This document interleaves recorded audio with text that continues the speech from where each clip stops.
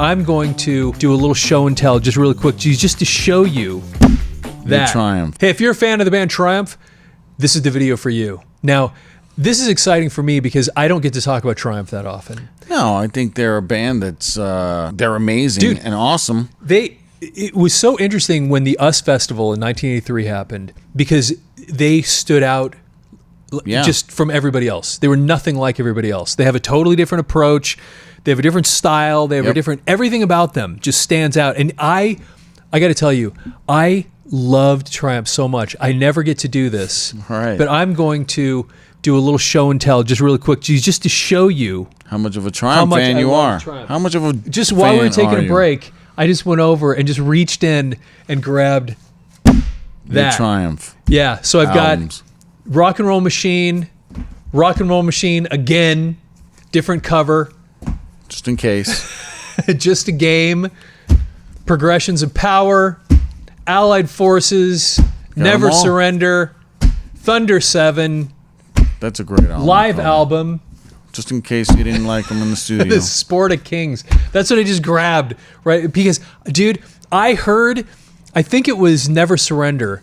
It was either that one or it was Fight the Good Fight. And I was instantly in, and I just started buying all their stuff. I loved them so much. So I ended up with all these different albums, and I just started listening, just devouring all their music, and I loved their stuff. But I'll be honest with you, it's been a long, long time since I listened to it. But I got really excited because you sent me this link to this thing that they're doing a tribute, which I didn't know. Yeah, they're doing a tribute album to Triumph. I read Phil X, who played with them for a short time.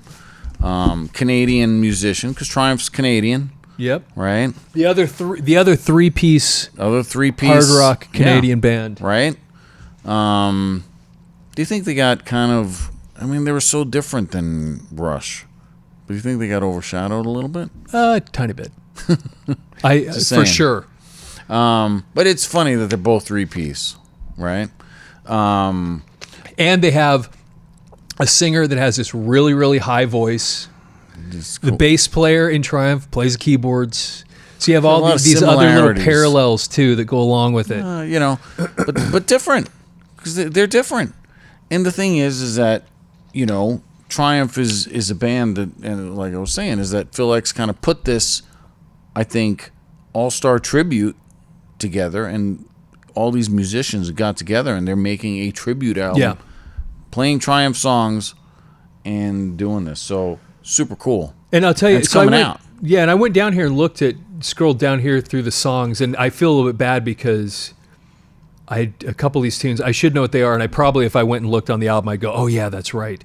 So it says 15-track album features additional contributions from the likes of Kenny Aronoff, Tommy Aldridge, Bumble. I mean, look at these. Paul Gilbert. That just shows you the influence these guys had. So 24 hours a day, Sebastian Bach is doing that one in Rock and Roll Machine. Rock and Roll Machine, I just showed you. I think I have a couple copies of that one, right? Is that the one I have 2 copies? Anyway, it doesn't matter. So let's see. Magic Power. I love that tune. I'm young, and that's I'm wild, the singer. I'm free. Joey Belladonna is the Anthrax singer. From Anthrax. Yeah, and what's funny is he actually has a really nice voice. Yeah, he's great. So Mickey Thomas, of course, from Jefferson Starship or whatever you want to call it. Lay It on the Line. Dee Snider, who we've been talking about. And Lay It on the Line, man. What a great Isn't that an tune. Awesome song?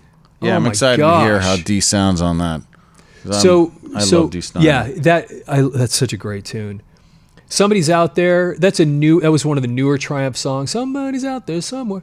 That Lawrence Gowan, is he the new singer for Styx? I think I couldn't tell you, man. I'm pretty sure he's the guy that's playing the keys in Styx right now. Never Surrender. Man, I love that song. Nah. I mean, it's such a great tune. And so part of what made Triumph just different. Look at that song. Look at the next song, Hold On. Look at the song number 11, Fight the Good Fight. All of their music was just this positive energy, all of it. And that's one of the things, like Never Surrender. And you listen to the lyrics in that song, and they're just beautiful. And so many of these tunes, I remember listening to Fight the Good Fight. Deeper. Yeah. Yeah, I mean, because they even have like biblical references in there. Because I think it's in that one where he goes 30 golden pieces for the Judas kiss. What's a nice boy doing in a place like this? I mean, they have these really just fantastic references to things, and again, it's all very positive energy stuff. So never surrender. Hold on. We have Jeff Keefe from Tesla. Just one night. I don't know what that song is. I live for the weekend / That'll be interesting. Fight the good fight. Nancy Wilson. I mean, that's going to be interesting because it's Nancy. But what a great tune. So Follow Your Heart. Jack Blades. Dude, this is a Allied Forces. Yeah. I don't know much about Envy of None. Blinding Light Show. I remember that song. And then Fight the Good Fight. Encore. Yeah, that's an amazing. So there's some of their greatest tunes. And they did have so many great tunes, man. I mean, they were so great. Anyway, I used to love these guys. I loved them. I don't think I ever saw them in concert now that I think about it. But Rick Emmett was one of my guitar heroes. He was so talented. He had such a great singing voice. And anyway, they were just... So this is really cool. And I'm excited about this because I was so into Triumph. I mean, some of these All-Star tribute things are kind of cool. It just so happens that I really loved Triumph, and I got so into them. Like I said, I just kept buying all their stuff. Gotta add it to your bunch of stuff. I know. All my Triumph stuff. You got pre-order. So hopefully it'll be on vinyl too. So let's tell them where they can pre-order this. Okay, so this is on officialtriumphmerch.com. You can find this. Yeah, you could probably just Google Magic Power All-Star Tribute to Triumph, and it'll probably take you to, there'll be probably a link there. And it says the Triumph CD. So it'd be really cool if they put it on vinyl, but I'm guessing they're not based on what I'm seeing here. But depends on how many people buy the CD, I guess Maybe they're... I don't know the cost nowadays to make a vinyl album as opposed to a CD. Anyway, pretty exciting. I'm totally pumped about this because I love these. Envy of None. Oh, that's the Alex Lifeson thing. Oh, check it out. Now I remember. Rush Time. I remember that. Yeah, because I'm thinking Envy of None. I know something about them. It's Alex's band that he's got going. Okay, that makes a little bit more sense now.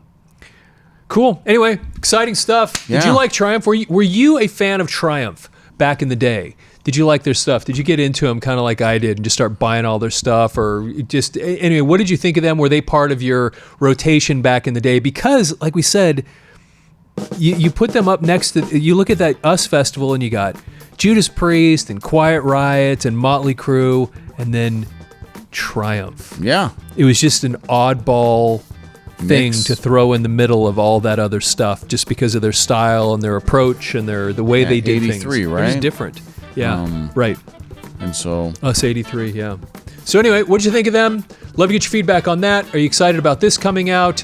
And please like the video, follow the channel if you're not following already, and leave us your comments. Yeah, for sure. With that, have yourself a fantastic day.